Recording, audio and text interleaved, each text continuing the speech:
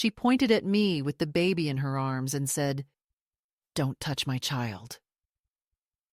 In the house I bought for them, in the kitchen where I had cooked for weeks after her difficult birth, in the very room where I once held that child so he could sleep while his mother scrolled through her phone without looking up.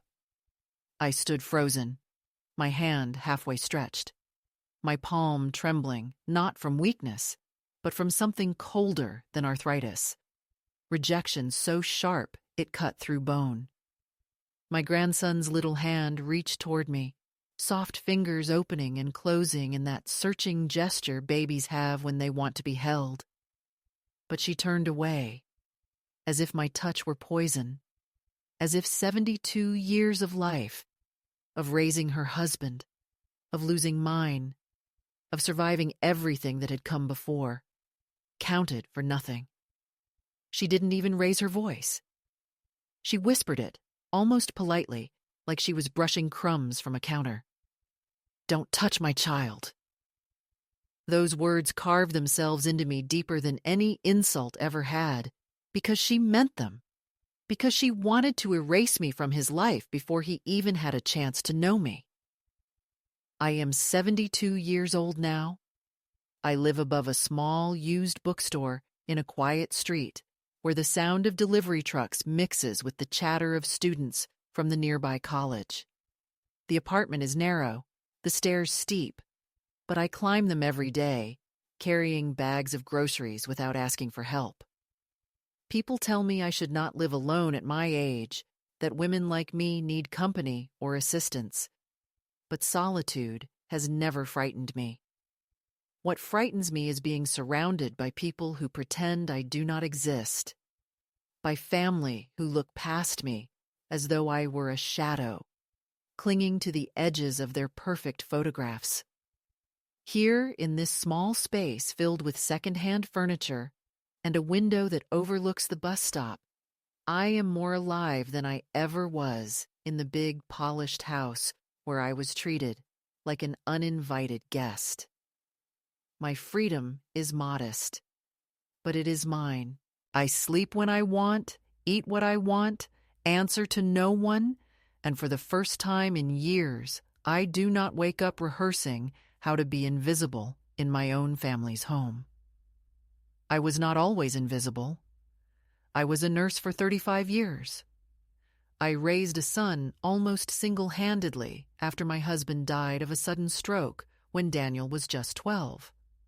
I worked nights, doubled shifts, missed sleep, and carried the weight of bills, grief, and expectations. I bought shoes too big for my boy so they would last longer, packed lunches with notes so he would feel remembered even when I could not attend every game, and kept a secret account for his college because I knew he would need more than I had been given. Every decision I made bent around him, around his future, around the promise that if I gave him everything, he would never doubt that he was loved. And when he married Karen, I thought I had gained a daughter, another woman in the family, to share stories with, to laugh with in the kitchen, to help when the first baby came. I told myself that all the sacrifices, all the nights alone, all the holidays I worked at the hospital instead of resting, would finally bear fruit in a family that needed me. What I did not see then was that they needed my money, my labor, my presence as a convenience, but not my heart. My heart, they could not handle.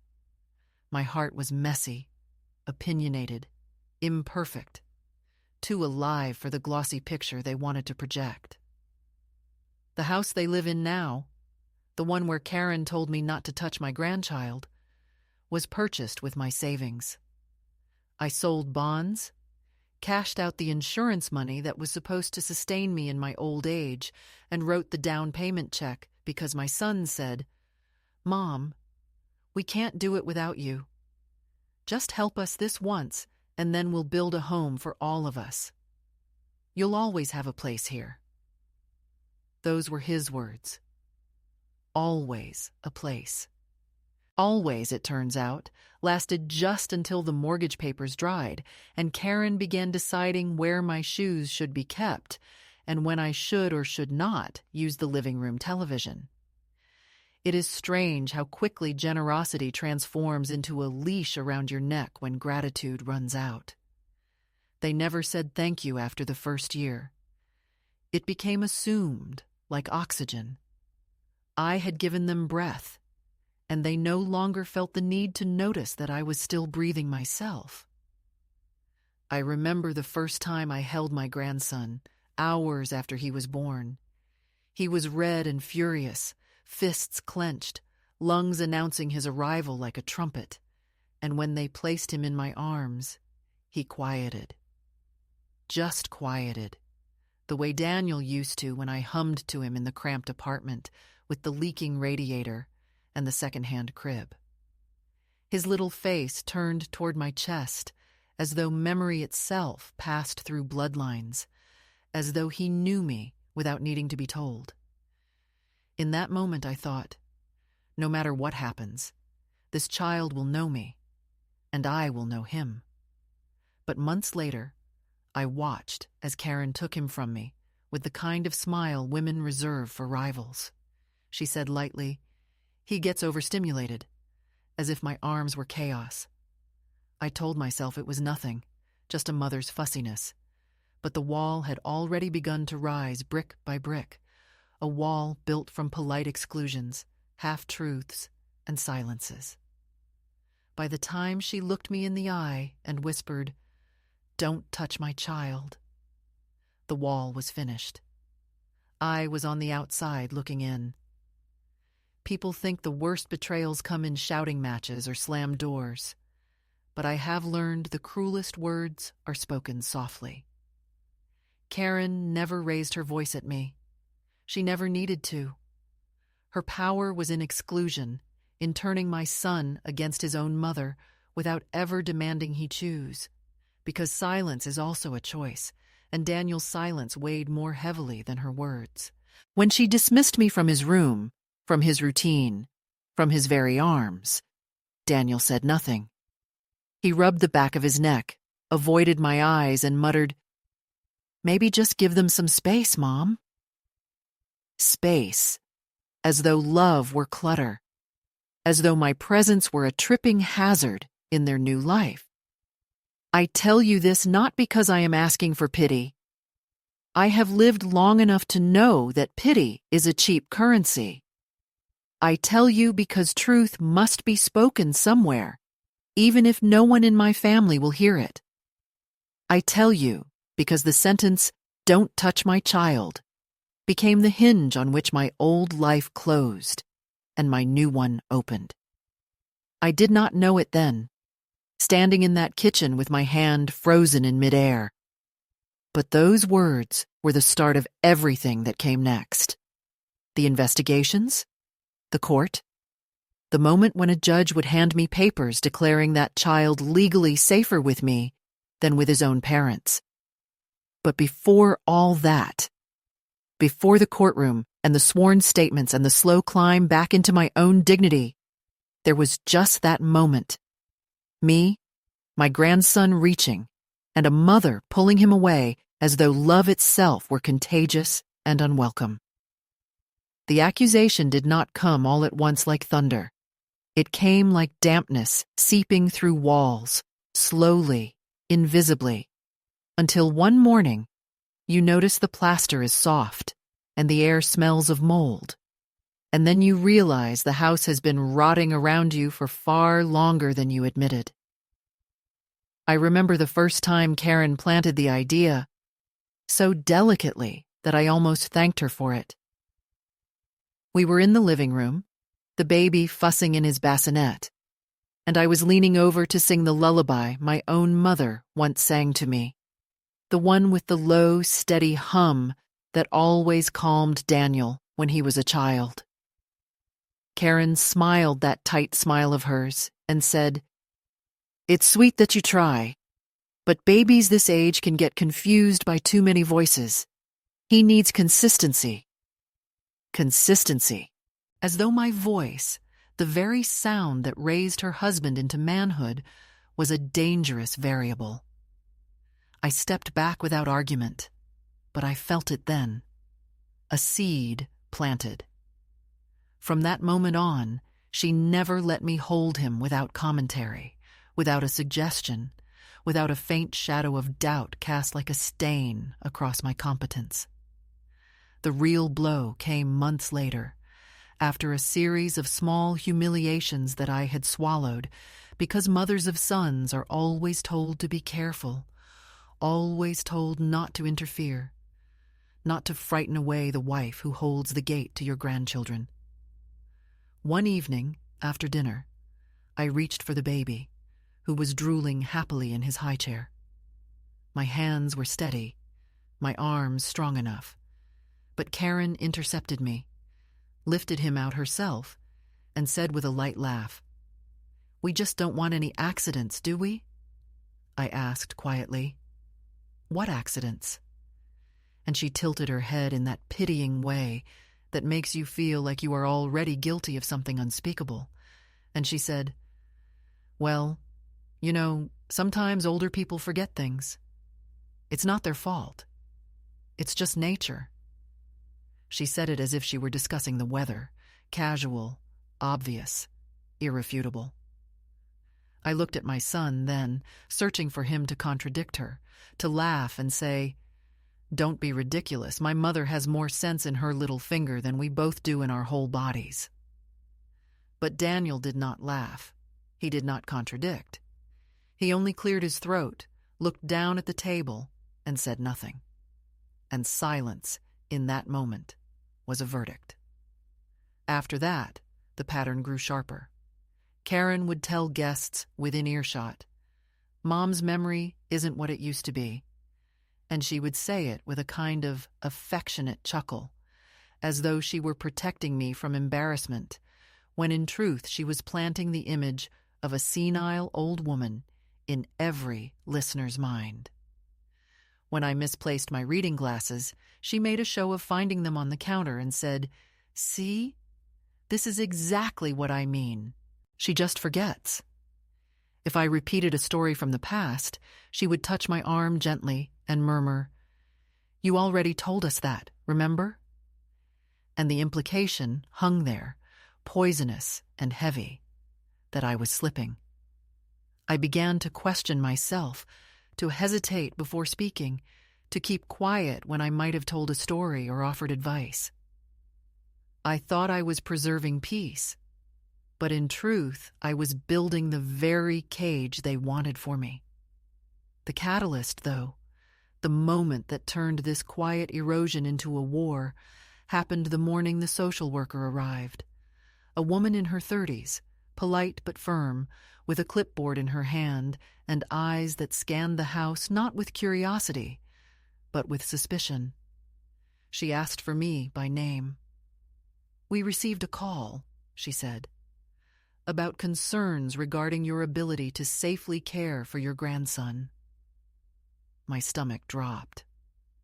I had never been left alone with him for more than an hour at a time, and during those hours I had done nothing but rock him, feed him, and sing to him while he slept.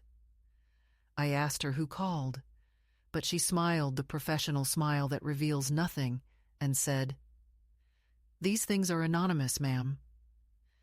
She asked if I had ever left the stove on, if I ever forgot to lock the door, if I managed my medications without help. My answers were calm, precise, each one true, but truth sounded like excuses against the weight of accusation.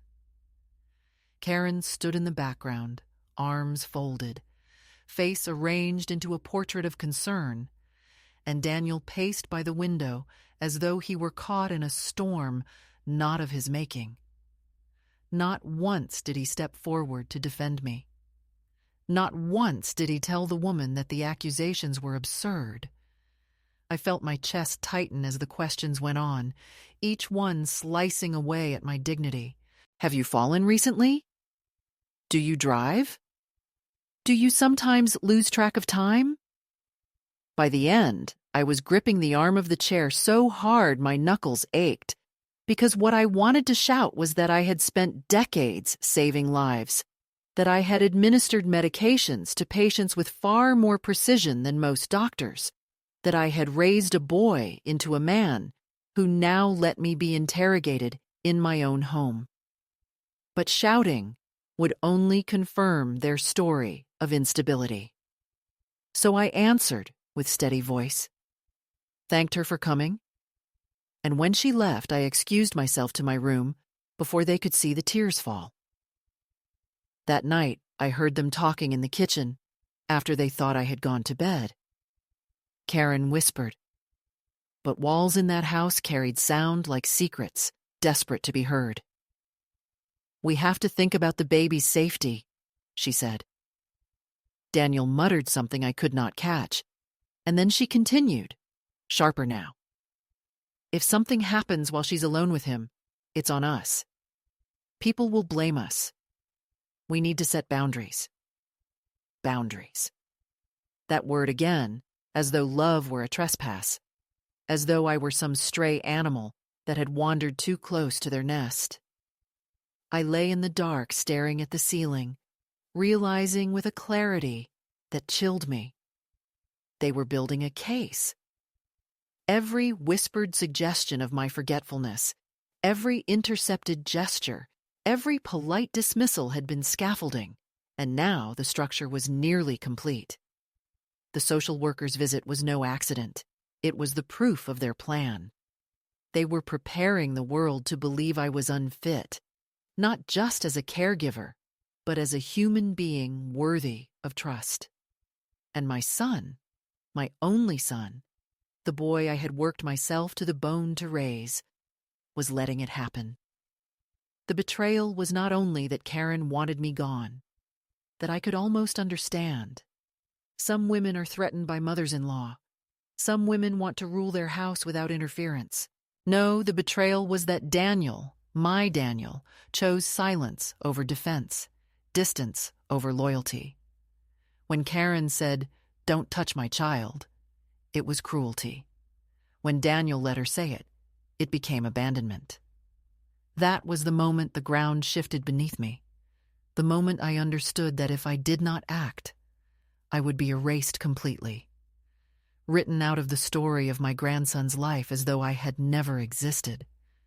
And worse, I realized they would justify it to themselves as protection, as safety, as love twisted into something unrecognizable.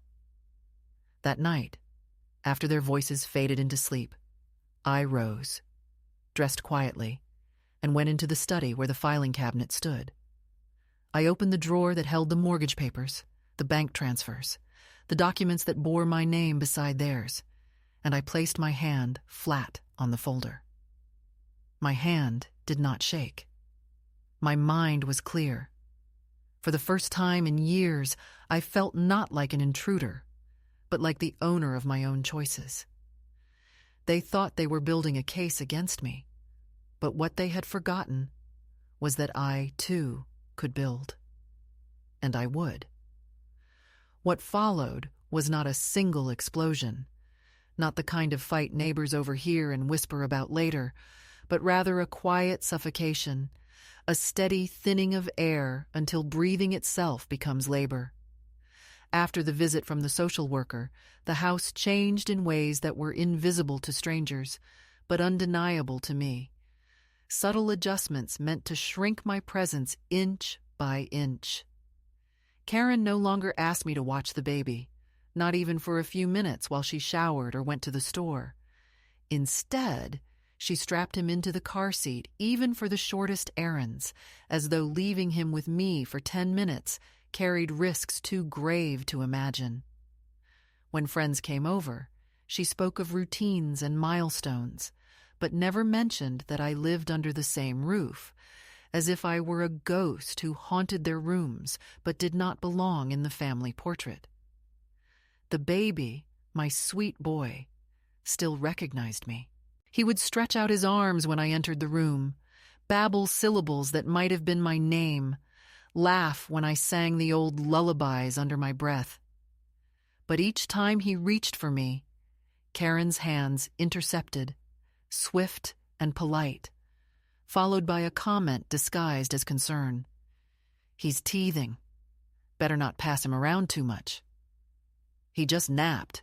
We don't want him overstimulated." The doctor said consistency is key.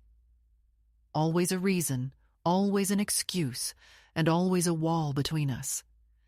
The child did not know yet that boundaries were being built in his name, but one day he would, and he would learn not to reach for me, because his reaching would be met with denial. That thought kept me awake at night more than anything else. The house itself seemed to conspire with them. My mail stopped arriving in the box outside.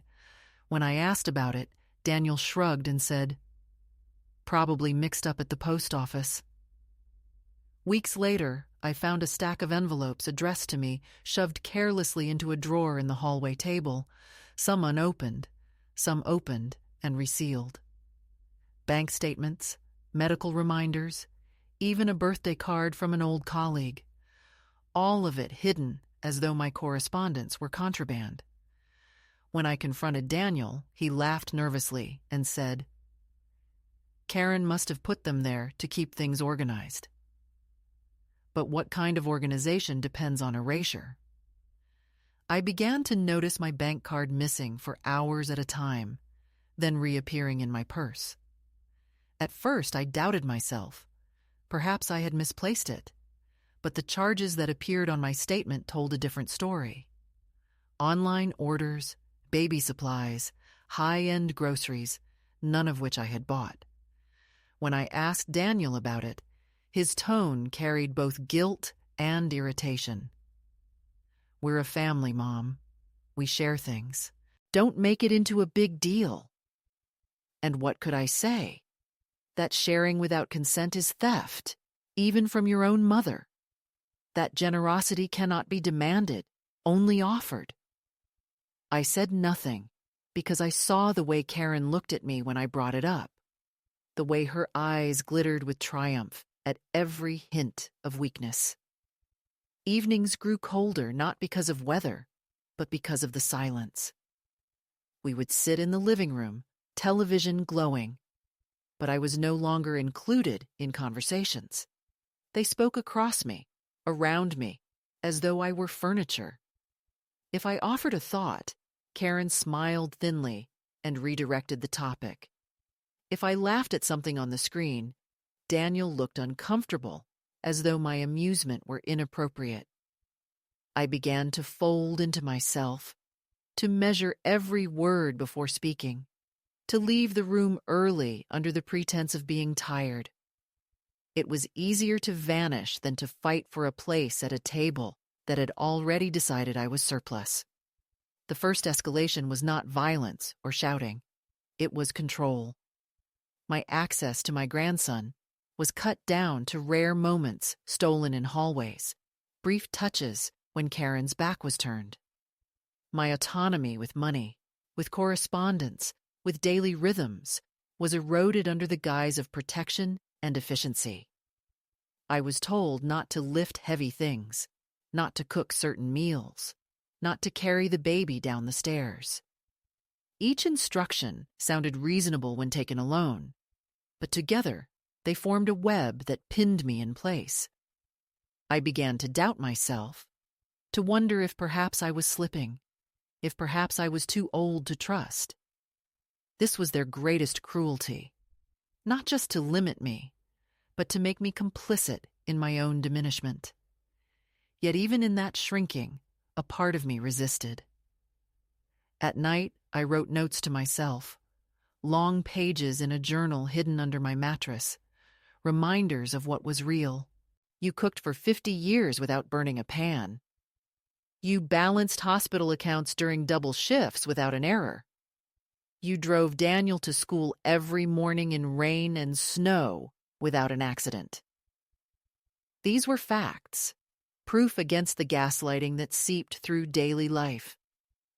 Writing became my tether, my way of anchoring truth before it could be rewritten.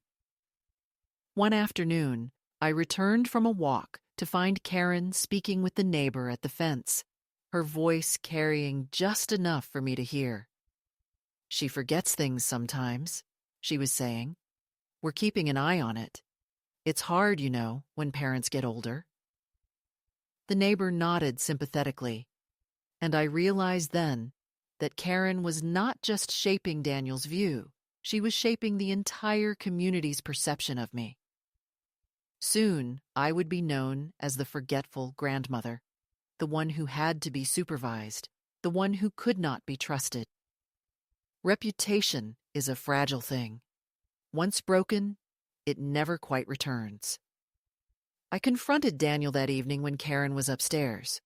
I told him I had overheard, that I would not tolerate lies spoken about me.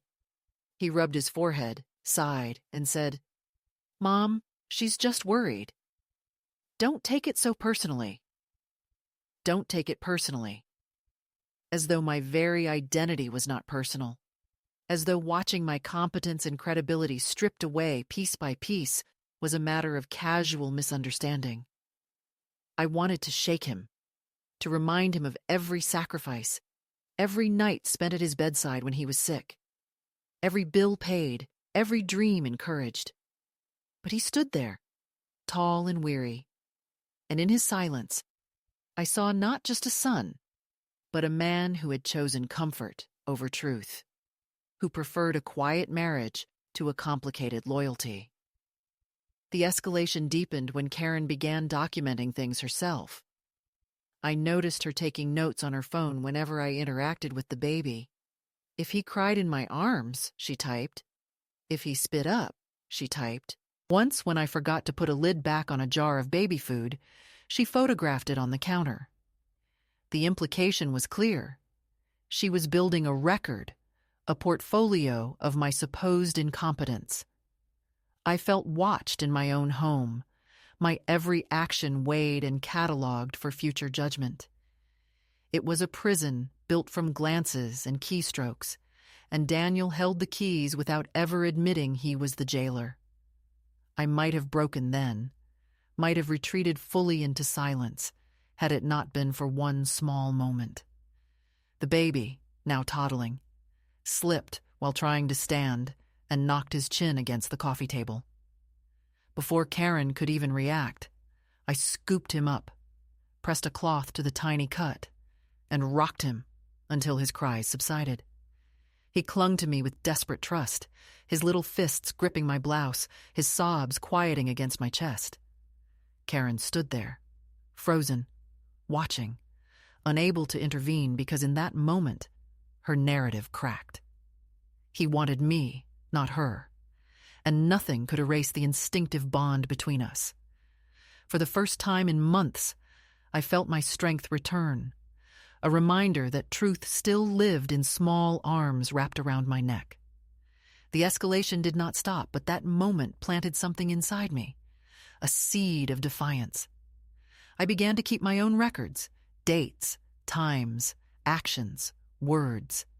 I wrote down every incident, every charge on my card, every intercepted gesture. I copied bank statements, hid duplicates in the lining of my suitcase, photographed documents when no one was looking. If they wanted to build a case, so would I. Quietly, patiently, without anger, but with precision. I had been a nurse too long not to recognize a slow bleed. And I knew that if I did not stop it, one day I would wake up and realize I had bled away everything, my dignity, my role, my very name. They thought I was passive, but passivity is sometimes camouflage. What they did not see was that the more they tightened their grip, the more I began to prepare for the day I would no longer ask permission to breathe. There comes a moment when silence turns from survival into surrender. And I realized I had been walking dangerously close to that line, carrying the weight of their suspicions as if they were truths, doubting my own steadiness simply because their whispers echoed louder than my own voice. But one evening, as I sat at the edge of my bed with the journal in my lap, rereading the notes I had scribbled in secret, dates of missing mail, bank withdrawals I never made, phrases Karen had repeated to neighbors as though rehearsed. I saw a pattern more clearly than ever before. They were not just dismissing me, they were erasing me. And something inside me, something older than fear, older even than motherhood, began to resist, not with tears, but with focus. I was not done yet, not finished, not fading into the corners of someone else's story. The first step was humiliating in its simplicity. I made an appointment with my doctor for a cognitive assessment.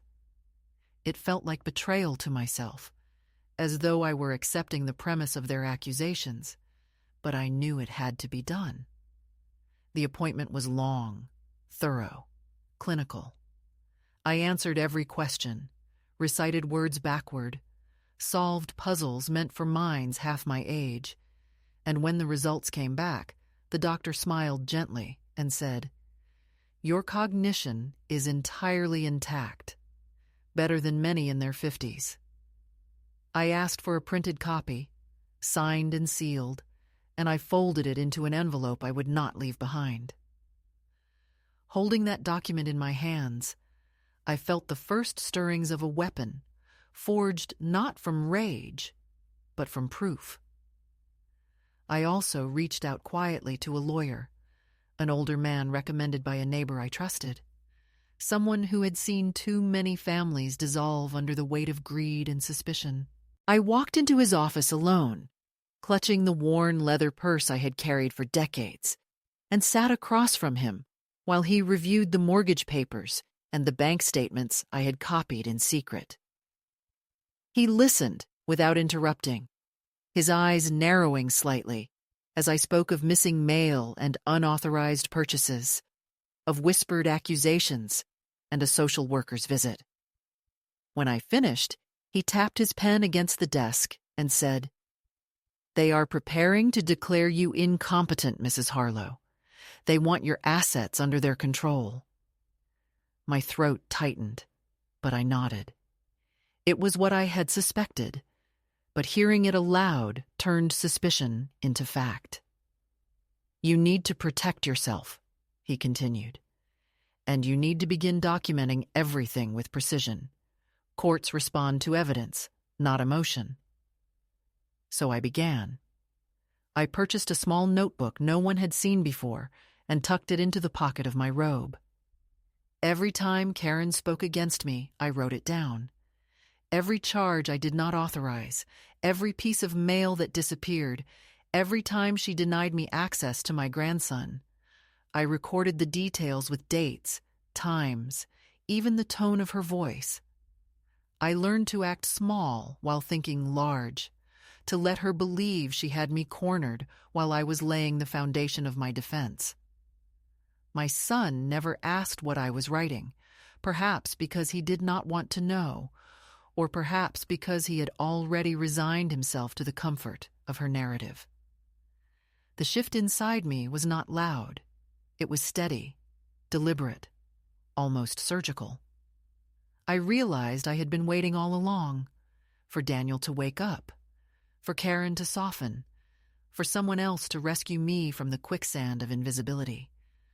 But waiting is another form of surrender, and I could not surrender and still call myself the woman who once worked 3 shifts in a row to keep a roof over our heads.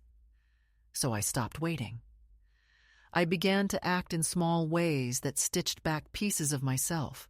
I went to the bank in person, no longer relying on mailed statements.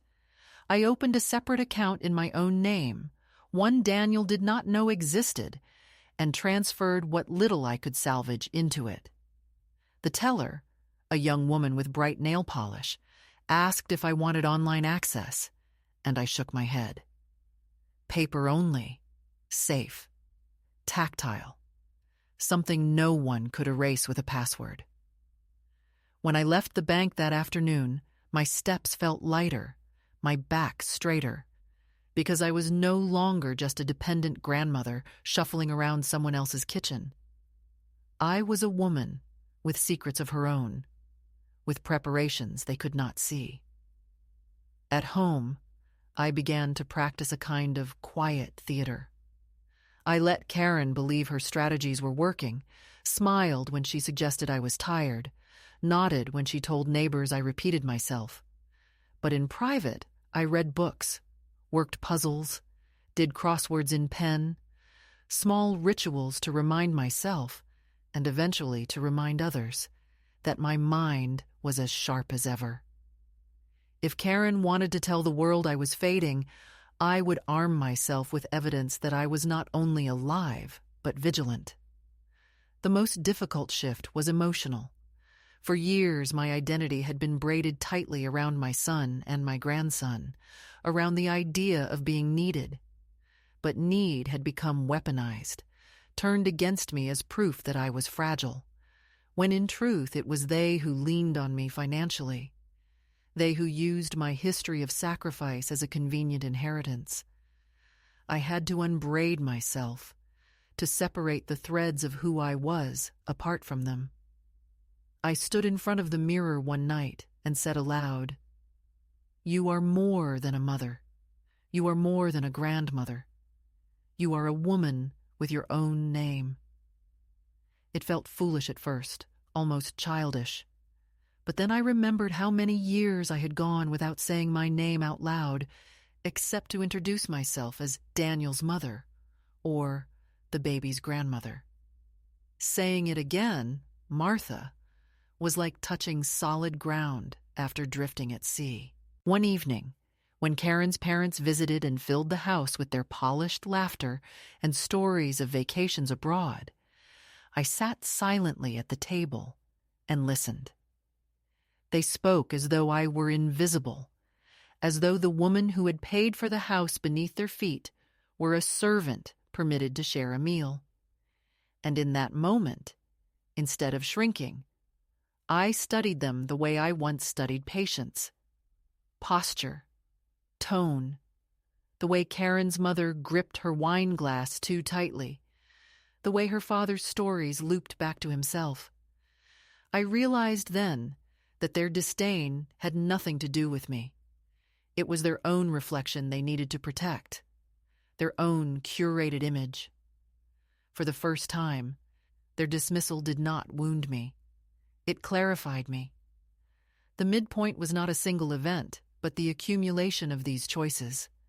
The doctor's letter tucked safely into my purse, the lawyer's advice echoing in my mind, the secret account at the bank, the notebook filled with observations. Each one was a step out of the cage they had built. Each one reminded me that survival is not enough if it comes at the cost of your own name. I had shifted, quietly but irrevocably, from being the accused to becoming the witness, from being the target of their narrative to becoming the author of my own. I knew then that the battle was only beginning, that escalation would return sharper and louder. But for the first time in years, I did not feel powerless. I felt prepared. And preparation, I had learned in both nursing and life, is the difference between a wound that festers and a wound that heals. The first signs that my quiet preparations had unsettled them came not through confrontation, but through surveillance that felt sharper than before, as though Karen had developed an instinct for when I was slipping beyond her grasp. I noticed her eyes on me constantly, following even the smallest gestures, and her phone forever in her hand, documenting, recording, collecting fragments she could one day present as evidence of decline. What she did not know was that I too had become a collector, a chronicler of details, and my notebook was fuller than hers would ever be, though mine carried not exaggerations, but truth. Still, her vigilance made the house colder, a place where even breathing felt like an act that could be scrutinized. I lived within walls that echoed with suspicion, and every hour I spent there grew heavier with the sense that a storm was gathering. It was not long before the storm broke. One morning, a uniformed man came to the door with a folded paper in his hand and asked for me by name. My heart stuttered when I saw the official seal. He handed me a restraining order, filed in Karen's name, claiming that I had endangered the baby by neglecting him, by leaving him unattended in his crib for long periods, and by exhibiting erratic behavior. The words blurred in front of my eyes as I read, because they were not just lies. They were lies written in legal ink, stamped and sanctioned by a court that had accepted them without ever hearing my voice. I stood there trembling, not from frailty, but from the shock of how quickly a family dispute had become a matter of law. When I looked up, Daniel was standing behind Karen, his face pale, his eyes avoiding mine. He said nothing. That silence was worse than the paper in my hand. I did not scream. I did not crumble. I walked back to my room, shut the door, and sat at my desk with my notebook. I wrote down every word on that restraining order. Then beneath it, I wrote, "All lies. Remember who you are." Afterward, I called my lawyer, my voice steadier than I expected. He told me not to panic, that temporary orders could be contested, that we would gather evidence, testimonies, proof.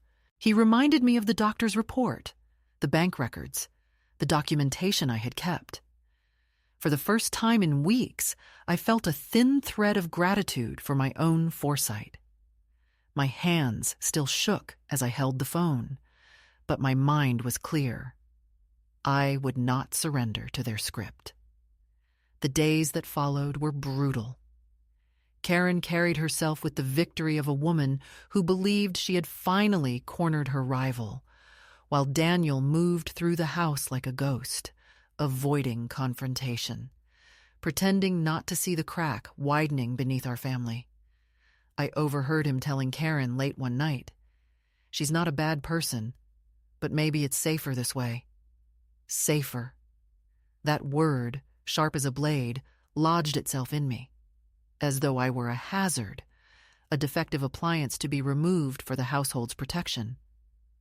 I wanted to shake him, to remind him of the years I had been his safety net, the nights I sat by his bed when fever burned through him, the times I shielded him from the world's cruelties with nothing but my will. But I knew that words would no longer pierce the fog he lived in. He had chosen comfort over truth, harmony with his wife over loyalty to his mother. When the court date arrived, I dressed with deliberate care. I wore a navy suit I had not touched since my last day at the hospital, pressed until the lines were sharp, my shoes polished, my hair tied back. I walked into that courtroom not as a pitiful grandmother begging for mercy, but as a woman who had lived decades in service and responsibility, who had earned the right to be heard.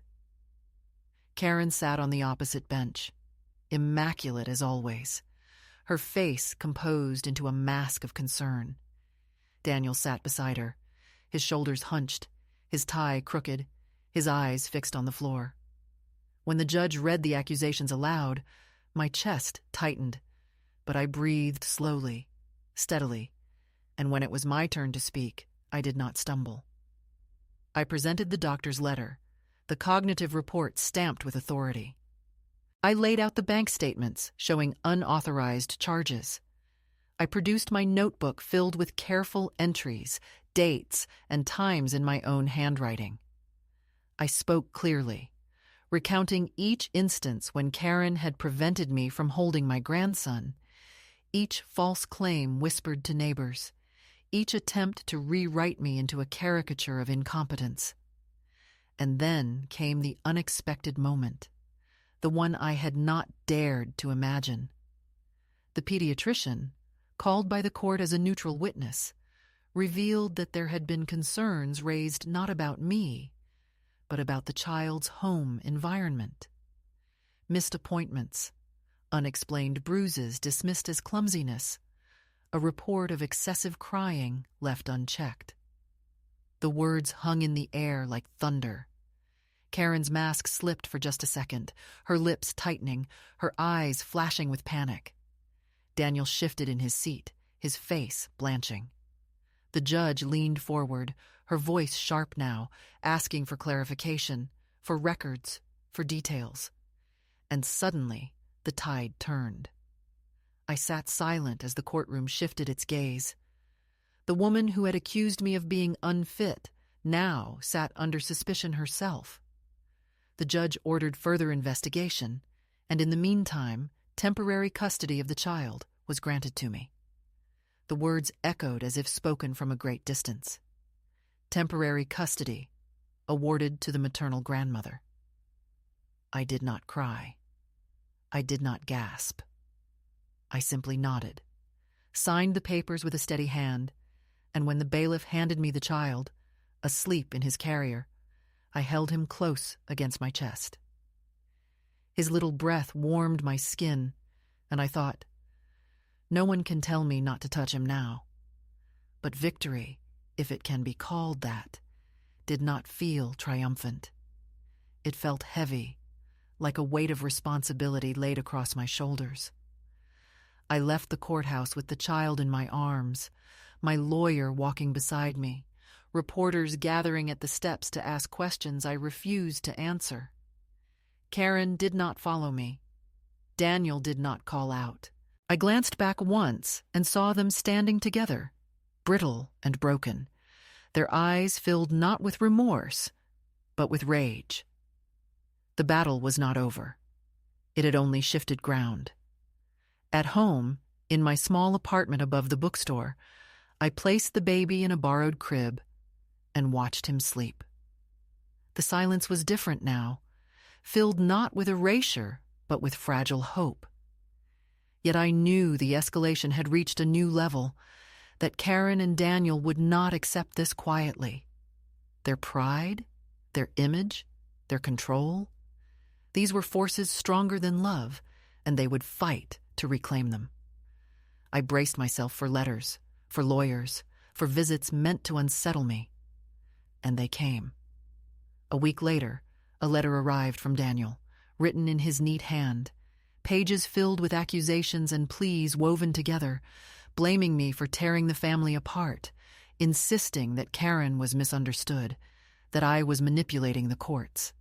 He wrote, "We are willing to reconcile if you admit you need help." Help, that word again, poisoned and twisted to mean surrender. I read it once, folded it carefully, and placed it in a drawer without reply.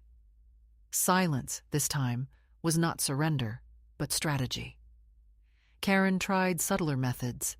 She showed up outside the cafe where I sometimes took the baby for air, standing across the street as if by coincidence, her eyes fixed on me. She sent messages through mutual acquaintances, weaving stories of her heartbreak, her worry, her confusion. She crafted a performance for the world, playing the role of the anguished mother deprived of her child by a cold and vindictive grandmother. And perhaps some believed her. But I no longer lived for their belief. I lived for the child who reached for me in the morning, who pressed his face into my shoulder, who laughed when I hummed the lullabies no one could erase. The second escalation was not just about legal battles or custody papers. It was the moment the past returned with sharpened teeth, testing the resolve I had forged in silence. Every call, every letter, every shadow outside my door was a reminder that Karen and Daniel would not stop until they reclaimed the narrative. But I had shifted.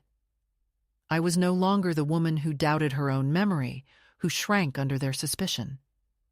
I was the woman with proof, with preparation, with a child's trust cradled in my arms. And though I knew the storm was not finished, I also knew this. Storms can wash away illusions, leaving behind only what is strong enough to stand. The weeks that followed the judge's decision were like living on a narrow bridge suspended over a canyon, every step carrying the risk of collapse, every day shadowed by the knowledge that Karen and Daniel were still out there, sharpening their arguments, polishing their lies, preparing to strike again. I did not sleep easily, for even in dreams I felt their presence pressing at the edges, but I remained steady, because the child, my grandson, needed steadiness more than anything. Each morning, I lifted him from his crib, kissed the soft crown of his head, and whispered to him that he was safe. The words were as much for me as for him. I had taken him out of their house, away from the theater of suspicion, into a smaller space filled with second-hand furniture and the smell of old books, but a space where he was allowed to breathe and to be held without accusation. And yet I knew the fight was not over, only postponed. Karen began her counteroffensive almost immediately, filing petitions, appealing to family services, flooding the court with letters written in her elegant hand, each one painting me as a controlling, manipulative woman who had stolen her child under false pretenses. Daniel lent his name to the documents, though the words bore Karen's cadence. When I read them, I did not hear my son's voice, only hers. But his signature was still enough to make me ache. To know that he had willingly lent himself to her narrative was a wound deeper than any insult she could have devised. Still, I read every page carefully, underlining contradictions, noting exaggerations, preparing my responses with the same discipline I once used in the hospital when charting symptoms that others overlooked. The court summoned me again, this time for a full custody hearing. My lawyer warned me that this would be decisive, that temporary arrangements could only last so long, that I must be ready to stand with finality. I prepared the way a soldier might prepare for battle, not with weapons, but with evidence, with testimonies from neighbors who had seen me with the child daily, with medical records proving my fitness, with financial documents showing the thefts and manipulations that had been carried out in my name.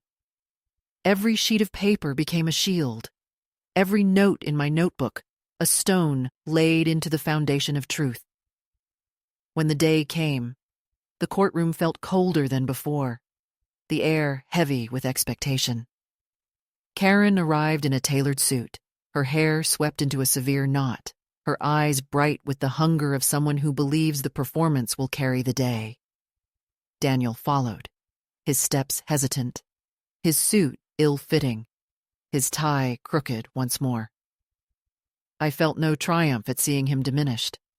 I felt only sorrow that he had chosen this path, that he had allowed himself to be pulled so far from the boy I once raised. I entered in silence, carrying my folder of documents, my lawyer at my side, and when I sat down, I felt the eyes of strangers upon me, social workers, clerks, people who did not know me but who would decide my fate all the same. The proceedings dragged on for hours.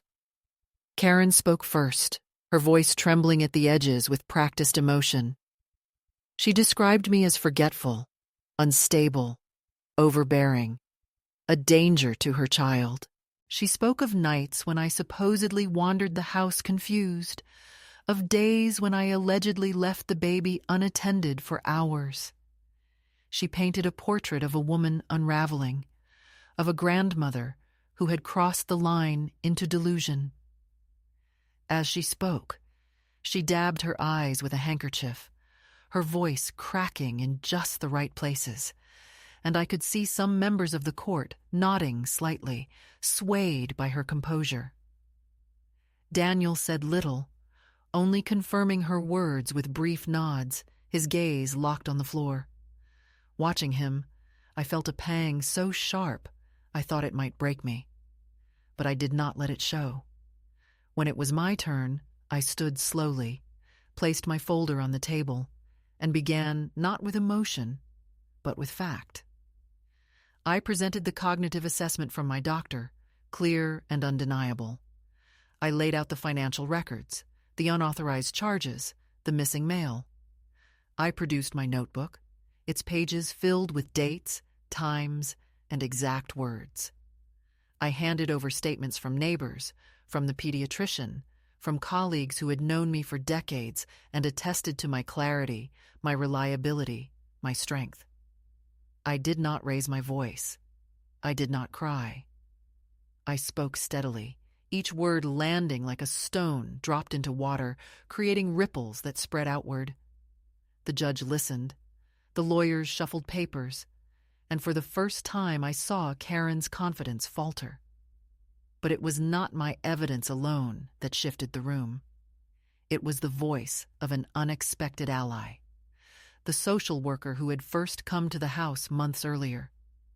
Called to testify, she admitted under oath that her initial concerns had been influenced by what Karen had told her, that she had since reviewed the situation and found no proof of neglect on my part, but rather indications that Karen herself had been withholding care. She spoke of missed appointments, of reports from neighbors who had heard the baby crying unattended, of inconsistencies in Karen's accounts. Her words cracked the shell of Karen's performance, and suddenly the courtroom felt different. The balance shifted, subtle but undeniable. When the judge delivered her decision, the air seemed to still. She spoke clearly, firmly, stating that custody of the child would remain with me, not temporarily, but permanently, that I had demonstrated not only capacity, but stability, that my home was a safer and more consistent environment than the one provided by his parents. The words struck like a bell, ringing through the chamber, and I stood silent, absorbing them. Karen's face twisted, fury and disbelief colliding, while Daniel slumped in his seat as though the fight had drained from him entirely. My lawyer squeezed my shoulder, but I hardly felt it. All I could feel was the small weight of my grandson's hand in mine, the warmth of his trust, the echo of his laughter that no courtroom could silence. Walking out of that building, I knew something irreversible had occurred. It was not just a legal victory, not just papers signed and sealed. It was a reclamation of my dignity, a refusal to be erased, a declaration that I was not finished, not fragile, not disposable. I had stood in the place where they sought to bury me and had instead rooted myself deeper. And though I did not rejoice in the ruin of my son's choices, though I did not celebrate the fracture of a family that might never mend, I felt a calm certainty. I had protected the child. I had protected myself, and no one could undo that now. The climax of my story was not a shout, not a tear-streaked breakdown, but a quiet signing of papers, a steady voice before a judge, a child's hand in mine. It was the irreversible act of saying no more, of cutting the last thread of doubt and stepping fully into the truth I had been forced to defend. And in that moment, for the first time in years, I felt not only seen, but whole. The house is quiet now, not with the suffocating silence of exclusion, but with the soft rhythm of peace. The baby, my grandson, though I rarely call him that now, because in the hours we share he is simply my boy, sleeps in the crib tucked against the wall of my small bedroom. The glow of the night lamp spills over his face, and I watch the slow rise and fall of his breath as though it were the tide itself, steady and inevitable, proof that life can continue even after storms. My apartment above the bookstore is not grand. The floor creaks in places, the pipes groan at night. But here no one tells me I am unfit to hold him. No one pulls him from my arms with a smile sharp enough to cut. Here, he reaches for me without fear that another hand will intercept. And here, I can answer him freely. I do not pretend that victory has left me unscarred. There is no celebration in knowing my own son stood on the other side of a courtroom and watched a judge declare me more capable than him. I have not spoken with Daniel since that day. Sometimes I hear his voice in memory, the boy he once was, calling me in the night when he was sick. And I wonder if he remembers those nights too, if he feels the fracture, or if Karen's voice has become the only one he listens to. I grieve for him, not as a lost cause, but as a man who has lost himself. And grief is different from anger. Anger burns, grief lingers, but both leave space eventually for acceptance. I am learning to let him go, not with bitterness, but with the quiet recognition that sometimes love means stepping back when someone chooses a path you cannot follow. What remains is not ruin, but renewal. Each day with the child is a reminder of why I endured the humiliation, the suspicion, the endless questioning. We rise in the morning. I make porridge while he babbles from his high chair. And when I place the spoon in his mouth and he laughs, food smeared across his cheeks, I feel a warmth stronger than any verdict.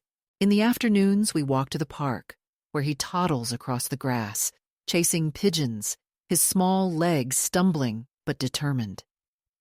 Neighbors stop me, some curious, some supportive, some whispering what they think they know of my story. I do not explain. The truth is mine. The evidence has been weighed. The decision sealed. I owe no one an apology, least of all the voices that once doubted me. At night, after he sleeps, I sit by the window with a cup of tea and write in the same notebook I once filled with evidence of cruelty. The pages now hold different words, not records of betrayal, but fragments of hope. The first time he said, "Nana," the way his hand reached for mine when he was afraid of a barking dog, the sound of his laughter when I spun him gently in my arms. I write them down because memory is precious, not fragile. And I want to remember every detail not as proof for a courtroom, but as proof for myself. That love survived, that I survived. If there is a lesson in all of this, it is not that justice always prevails, nor that truth alone is enough. I have learned that truth must be carried like a stone, heavy and deliberate, and set down in the right place at the right time to build a foundation no one can topple. I have learned that silence, when chosen, can be strength. But silence imposed is another kind of death. And I have learned that women like me, older, dismissed, written off as shadows, carry a resilience younger people cannot imagine until they face it. They thought they could erase me with whispers, but I wrote my name back into the story with steady hands. To the women who will one day hear words like the ones I heard, "Don't touch my child," I say this: do not believe that age makes you disposable. Do not let their pity become your truth. Gather your evidence, guard your memory, speak when the moment demands it, and never confuse their comfort with your worth. We are not guests in the homes we built. We are not parasites in the lives we sustained. We are the roots, and roots do not vanish just because someone refuses to see them. Now, as I sit here with the city's hum outside my window and the soft breaths of a sleeping child beside me, I feel something I have not felt in years. Not triumph, not revenge, but peace. Peace that I held on long enough to protect what mattered. Peace that I refused to be erased. Peace that tomorrow, when he wakes and calls out with his small voice, I will be here, steady, ready, and free to answer.